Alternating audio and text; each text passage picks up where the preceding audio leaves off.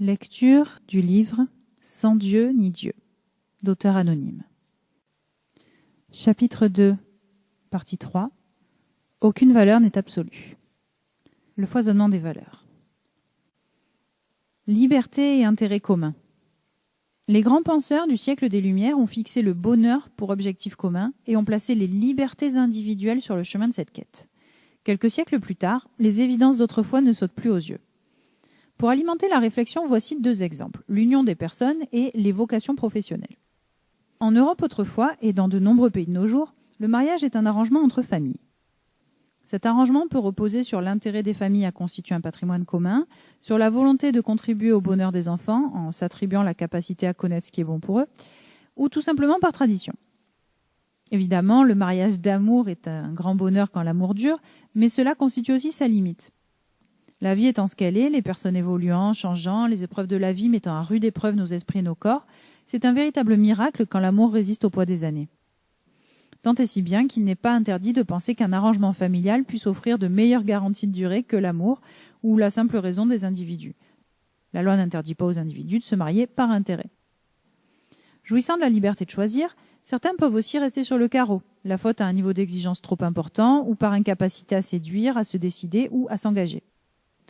Tu auras compris, je l'espère, que je me fais volontairement l'avocat du diable et que je ne doute pas un seul instant que la réussite d'un mariage arrangé repose principalement sur la capacité des épouses à se soumettre à leur mari. Ceci ne constitue pas pour moi un modèle satisfaisant, mais on ne peut l'ignorer puisqu'il persiste dans bon nombre de régions dans le monde. Revenons-en à la liberté et à l'intérêt général. C'est un dilemme plus commun qu'il n'y paraît. S'il est dans l'intérêt de deux familles d'unir leurs enfants, les enfants doivent-ils céder à la pression des familles ou faire primer leur liberté individuelle ? Je laisse le soin aux personnes confrontées à ce cas de conscience d'y apporter leur réponse. L'autre exemple maintenant. Les vocations professionnelles. Les sociétés occidentales laissent à chacun la liberté de choisir son activité professionnelle. Parallèlement à cela, les agences pour l'emploi croulent sous les propositions d'emploi non pourvues et des professions entières sont en crise de vocation. L'inactivité pèse sur le moral des chômeurs et cela les empêche de bénéficier d'un niveau de vie satisfaisant. Pour couronner le tout, le chômage de masse plombe les économies nationales. Il n'est donc pas interdit de s'interroger. Cette façon de procéder contribue-t-elle au bonheur de la société ? Est-il dans l'intérêt général de laisser à chacun le soin de se déterminer ?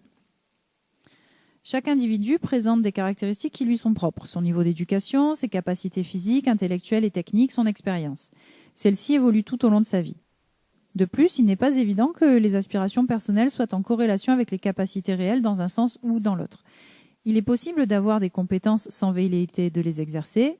Il est aussi possible de se surestimer ou de se sous-estimer. Soyons clairs, mettre en adéquation les forces vives avec les besoins de la société est un exercice compliqué et je n'ai pas la solution. Mais il est manifeste que la liberté individuelle n'est pas le garant systématique de l'accomplissement professionnel des personnes. En synthèse, la liberté individuelle ne garantit en rien l'accès au bonheur et peut de surcroît se trouver en opposition à l'intérêt général. Loin de moi l'idée de revenir sur les libertés individuelles, mais la préservation des libertés conjointement à la préservation de l'intérêt général est manifestement un équilibre difficile à trouver.